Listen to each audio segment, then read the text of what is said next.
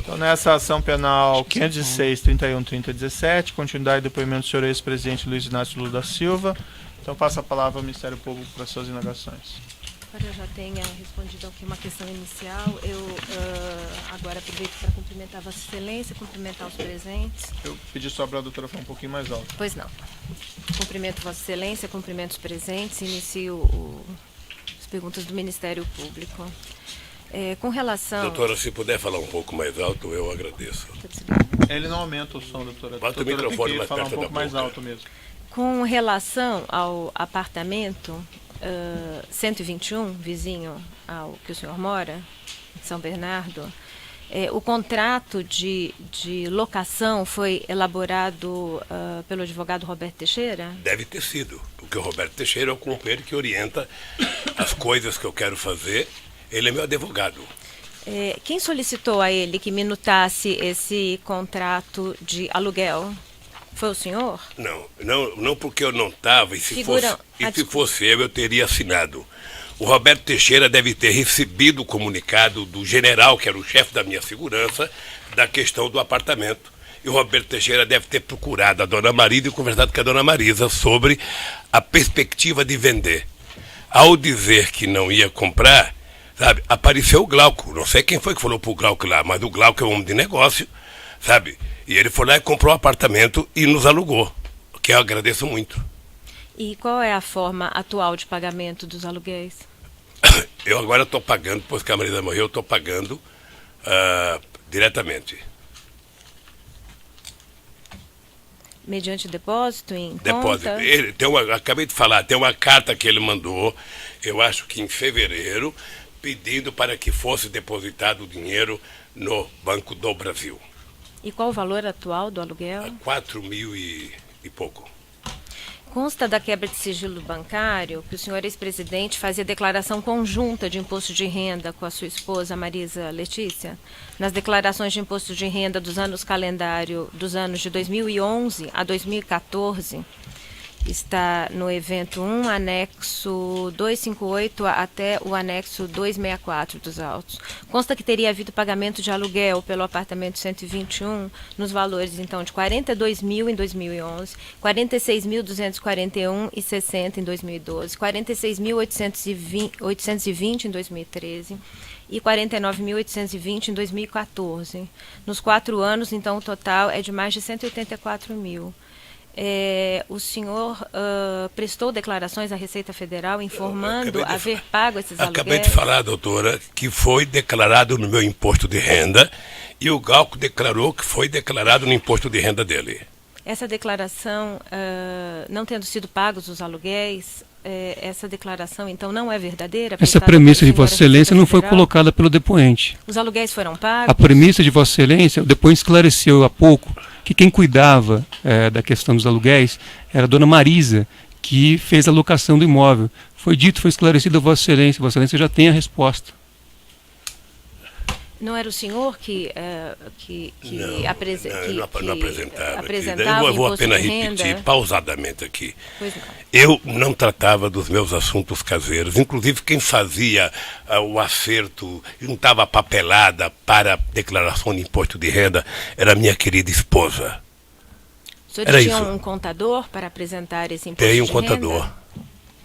Como que é o nome do contador? João Leite? Consta dos autos, né, um bilhete do escritório de Roberto Teixeira com informações sobre um somatório de aluguéis.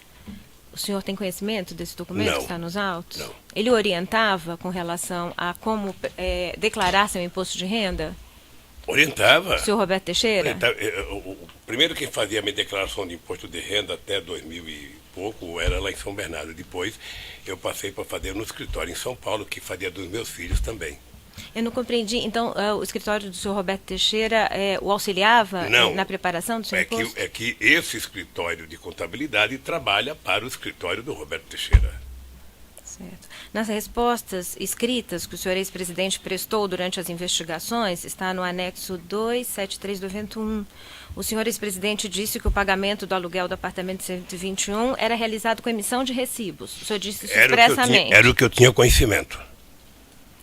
Mas o senhor Eu disse vou, isso doutora, sem ter os recibos à vista? Vamos. Veja, se havia declaração no imposto de renda do Glauco, que havia declaração do imposto de renda na minha contribuição, tinha que ter um recibo de pagamento para declarar. Tá? O senhor afirmou existir esses recibos quando prestou declarações escritas na fase da investigação. Deve ter o recibo, sim. O senhor informou isso sem estar com os recibos à sua vista? Deve ter o recibo não fica comigo. Mas isso pode ser pego, enviado, se é para o Moro ou para a senhora fazer. O senhor não achou relevante juntar esses recibos? Não, porque eu Se sempre tive... Vossa Excelência quiser questionar a defesa em relação ao papel da defesa, eu estou aqui para esclarecer. Agora, me parece um pouco inapropriado o Ministério Público pretender questionar aquilo que está a cargo da defesa. A pergunta fica mantida, a pergunta é relevante, sim. Então, a defesa técnica orienta que o depoente não responda, porque as questões da defesa técnica, quem responde é a defesa técnica. Quiser refazer a pergunta ou ir para a próxima? O senhor não achou relevante juntar esses recibos nos autos? Mais uma vez, a defesa técnica orienta que não responda, porque isso já foi esclarecido. É preciso, então, que o depoente diga se não vai responder, não é isso? Isso já foi esclarecido. O senhor não vai responder? Não, então eu não vou responder, doutora, porque eu já falei 3 vezes, a senhora repete a mesma pergunta. O senhor Glaucus da Costa Marques, ouvido nestes autos, relatou aqui em juízo que Roberto Teixeira o procurou em 2015, quando ele estava inclusive hospitalizado, para dizer que o aluguel do apartamento 121 passaria a ser pago. Quem orientou o Roberto Teixeira a procurar Glaucus e dizer isso? Foi o senhor? Olha, o Roberto Teixeira não procurou o Glauco, pelo que o senhor Roberto Teixeira também estava internado. Na mesma época que o senhor Glaucus eu estava acho que para um estava tratamento fazendo de alguma tireoide? coisa assim. Então, Ninguém, deixa eu lhe falar uma coisa, doutora.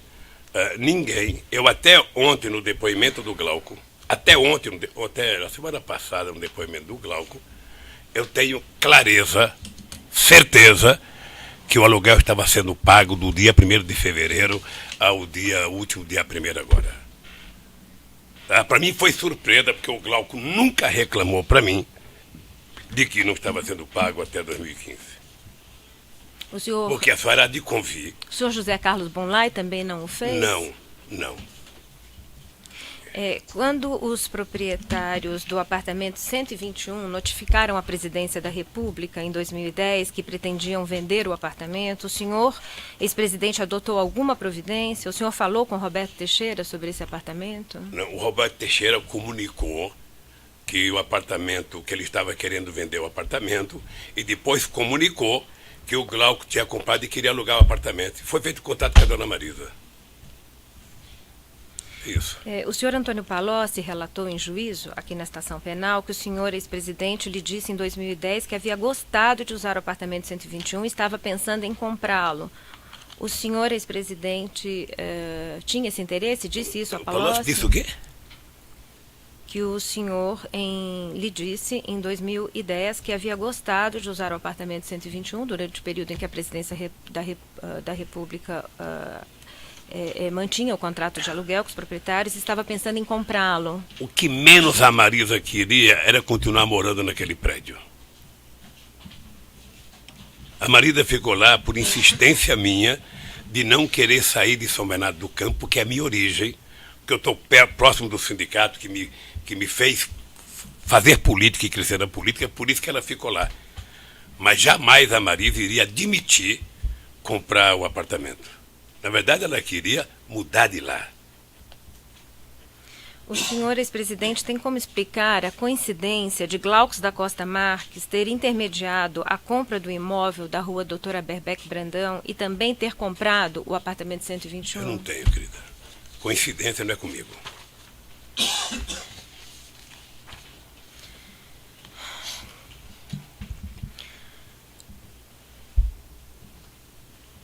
O senhor pode explicar a sua relação com Glaucus, aliás, a relação de Glaucus da Costa Marques com seu filho Luiz Cláudio? Não. Eles não têm nenhum relacionamento? Ter relação, mas eu não sei explicar. Eles têm alguma relação de amizade ou hoje comercial? Não, hoje acho que não. Já tiveram? O Glauco disse aqui no depoimento que tentou abrir escritório e que não deu certo e que faliu. Ele disse aqui no depoimento. Mas acho que a pergunta é se o senhor ex-presidente tinha conhecimento à época. Não. Na época eu estava na presidência da República desse país, tendo preocupação com 204 milhões de pessoas. Certo. Glaucus da Costa Marques era proprietário da empresa Billmaker 600 e na sua residência, na residência do senhor ex-presidente, lá em São Bernardo, foi arrecadado um contrato de opção de compra de cotas dessa empresa Billmaker 600, datada de 16 de dezembro de 2009, em favor de seu filho Luiz Cláudio. Isso está no evento 1, anexo 280. Não sei se o senhor quer ver esse documento. Tenho a menor noção, querida. O senhor pode explicar por que seu filho Luiz Cláudio tinha esse contrato com Glaucus? Eu não tenho como explicar. Se eles tinham escritório junto, se eles tinham montado o escritório em São Paulo, pode ter explicação. O que eu sei, pela declaração do Glauco, é que a empresa faliu por falta de serviço. Aliás, no meu tempo de governo, a coisa mais comum nesse país era a pessoa montar empresa. Todo mundo pegou mania de virar empresário. Sobretudo quando nós legalizamos e formalizamos o microempreendedorismo no país. Né? Acho que foi o maior período de criação de empresa. Todo mundo queria montar uma empresinha. O senhor tinha conhecimento que sócios dos seus filhos eram também sócios de Glaucus da Costa Marques, que utilizavam o mesmo endereço comercial dele? Não. Se era um sócio, só poderia utilizar.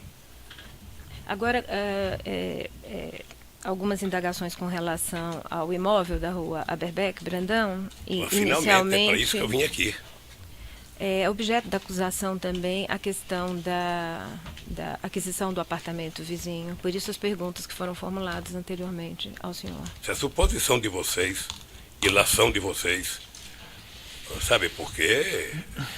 O que menos preocupa vocês agora é prova. Certo. Senhor ex-presidente, talvez o senhor esteja um pouco rancoroso, mas assim, é a oportunidade que o senhor tem de responder essas questões. Mas eu não estou rancoroso. Certo. Eu não estou rancoroso.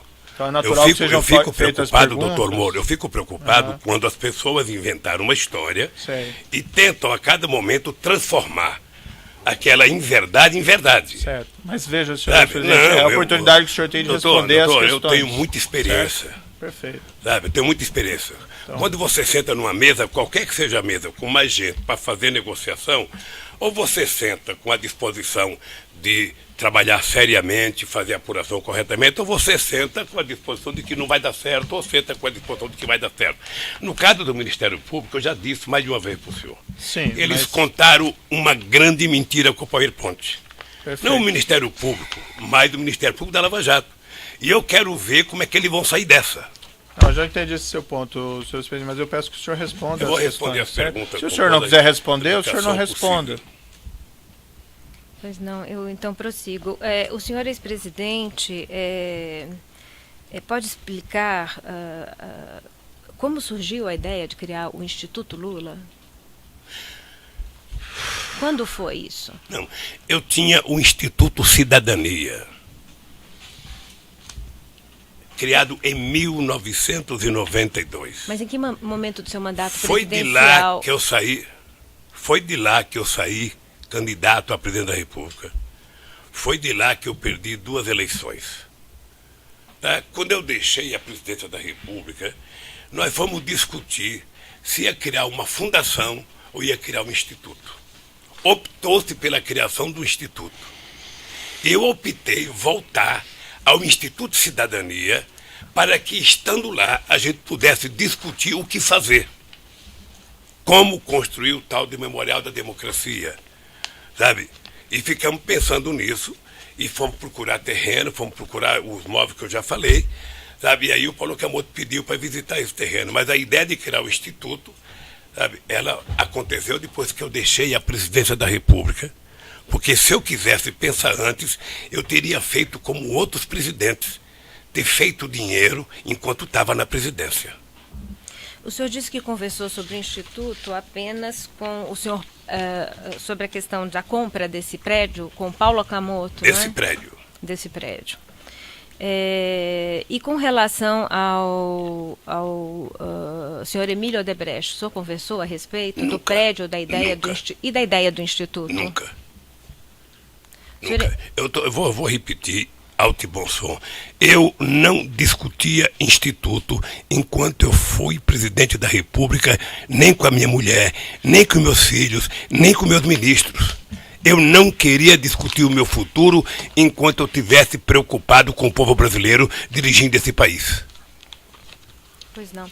Consta dos autos, juntado no evento 928, anexo 8, uma pauta de reunião do senhor Emílio Odebrecht, o senhor ex-presidente, da qual consta, realizada no dia 30/12/2010, da qual consta, dentre diversos outros temas elencados, o primeiro deles era a passagem do histórico da parceria, isso no penúltimo dia do seu mandato. Disponibilizar apoio junto ao Congresso era um dos outros itens da pauta. E, ao final, referido nessa pauta, com ele, ou seja, falar com ele, Estádio Corinthians, Obra Sítio, 15/1, primeira palestra Angola e Instituto. Pela ordem, Excelência, pela ordem. Primeiro, isso... examinar o documento? Não, na verdade, primeiro que esse documento é apócrifo. Segundo, que esse documento é objeto de um incidente de falsidade que não foi solucionado. Então, tendo em vista que existe um incidente de falsidade não solucionado pelo juízo. Então, me parece que esse documento... Essa pauta de reunião? Este documento foi juntado no dia 30 deste mês pelo senhor Marcelo Odebrecht. Não, foi juntado pelo Ministério Público. Sim, que o senhor Marcelo Odebrecht forneceu ao Ministério Público... apresentado por Emílio Odebrecht no bojo do seu acordo de colaboração. Eu só gostaria de ter a palavra... Questão aqui, não é momento de discutir a autenticidade desse documento. É uma pergunta se conhece, não conhece, e se isso não aconteceu. É aí que ele vai responder. A questão de definir se o documento é falso, se é verdadeiro, se é unilateral, é outro momento, doutor. Não é o seu que existe um incidente de falsidade, primeiro. Isso é segundo, doutor. eu observo que isso, na verdade, não é uma agenda, é um documento apócrifo.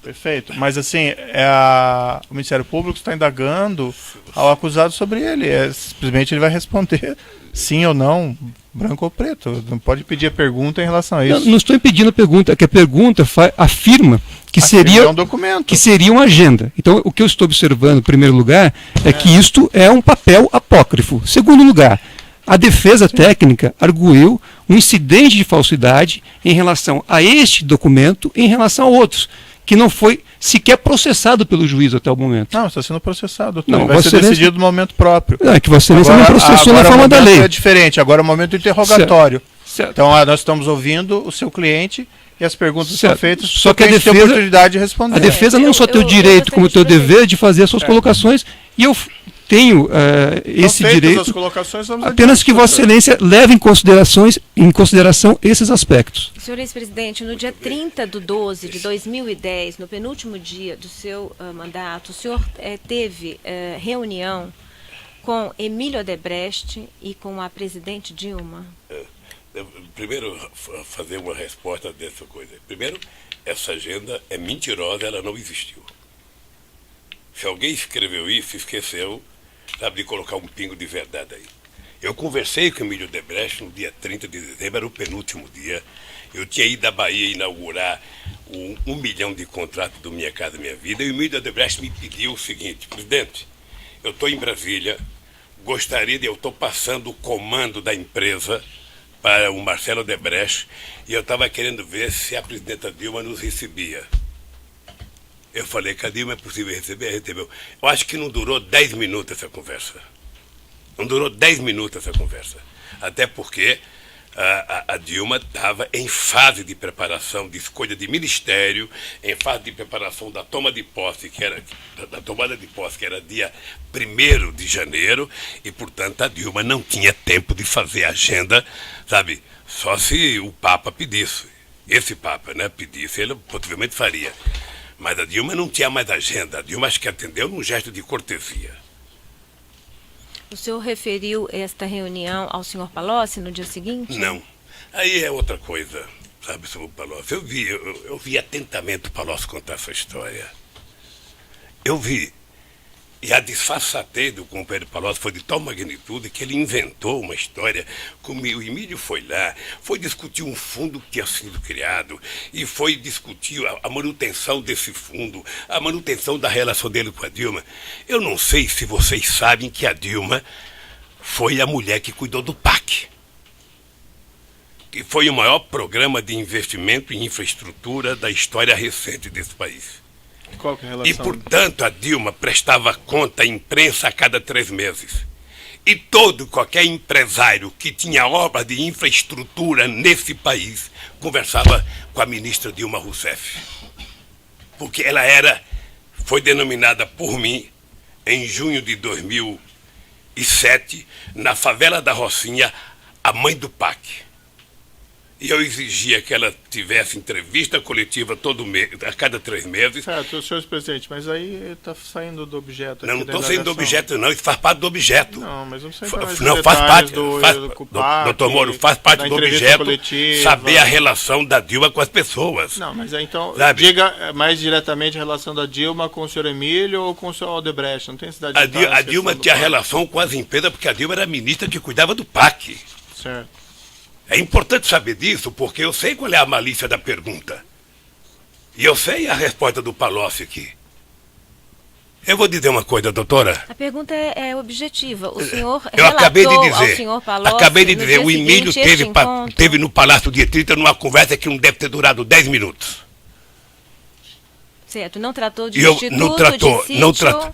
Jamais, eu vou dizer para a senhora aqui, jamais. O Emílio Odebrecht, que é um empresário que eu tenho um profundo respeito, tratou comigo de qualquer dinheiro para o PT. Jamais. Eu não era tesoureiro do PT, eu não era da direção nacional do PT, o PT tinha tesoureiro e a campanha tinha tesoureiro. Portanto, não havia porquê ir conversar comigo. Eu nunca admiti, nem ao Emílio, nem a nenhum empresário deste país que discutisse comigo um centavo. Nunca. Por isso que eu digo sempre, eu desafio vocês do Ministério Público, da Operação Lava Jato, desafio a Polícia Federal a encontrar nesse país alguém que discutiu comigo R$1. O senhor Emílio Odebrecht, em depoimento prestado aqui ao juízo, informou que o senhor credenciou Antônio Palocci para ser a pessoa com quem a empresa faria contato via Marcelo Odebrecht no momento e no momento anterior a Marcelo Odebrecht a Pedro Novis. Que o senhor credenciou Antônio Palocci para ser a interlocução entre a empresa e o senhor e o senhor ex-presidente. Eu não sei qual foi a pergunta que levou Emílio Odebrecht a dizer isso, mas deixa eu dizer uma coisa. O Palocci não era da direção do PT. O Palocci não era tesoureiro de campanha. Portanto, o Palocci não cuidava de dinheiro. Ora, se alguém se apresentava para algum empresário utilizando o meu nome, é outros 500. É uma outra ação que vocês vão ter que mover contra quem se aproveitou do meu nome. Mas nunca foi dada autorização ao Palocci, a quem quer que seja, para negociar recurso com qualquer empresário nesse país. Se alguém quisesse conversar com finanças, fosse procurar o tesoureiro da campanha. O tesoureiro que tem endereço fixo, que prestou conta da campanha, que entregou na Justiça Eleitoral, ou se quiser conversar com doação ao PT, sabe, procurar o tesoureiro do PT. O senhor realizava reuniões frequentes com o senhor Emílio Odebrecht? Muitas reuniões com o Emílio e com todos os empresários. Eu vou repetir. Qual era a frequência anual das reuniões com o senhor Emílio Odebrecht? Eu criei o Conselho de Desenvolvimento Econômico e Social. Um conselho que participava os mais importantes empresários brasileiros, participava índios, participava pastores, Marcelo Odebrecht participava padres, participava o movimento negro, participava sindicalista. Eram por volta de 100 pessoas das mais importantes do país. Eu quero crer que o Marcelo Odebrecht participava. Eu quero crer. E o senhor José Carlos Bonlai também? Acho que participava. Por designação do senhor? Não, eu não nomeava as pessoas. As pessoas eram indicadas pelos ministros, sabe? Normalmente discutindo com o ministro da área que cuidava disso, que era o ministro da organização política, E esse ministro trazia para mim a lista de nomes, se eu referendava, se eu tinha veto, e eu validava os nomes, e essas pessoas passavam a participar do Fórum Social Mundial, que prestaram um grande e relevante serviço à República Federativa do Brasil. Essas questões não são relevantes, de conselho. Como houve a menção, há nos autos a comprovação dessa designação, inclusive de Marcelo Odebrecht, por isso fiz a pergunta. Voltando à questão do imóvel da rua Aberbeck, o excelentíssimo magistrado indagou o senhor sobre um e-mail trocado entre Marcelo Branislav, assessor de Palocci. Marcelo dizia que ia atualizar Antônio Palocci sobre o novo prédio. Marcelo e Antônio Palocci relataram em juízo que esse novo prédio era o da rua Aberbeck. O juízo perguntou ao senhor a propósito dessa troca de mensagens.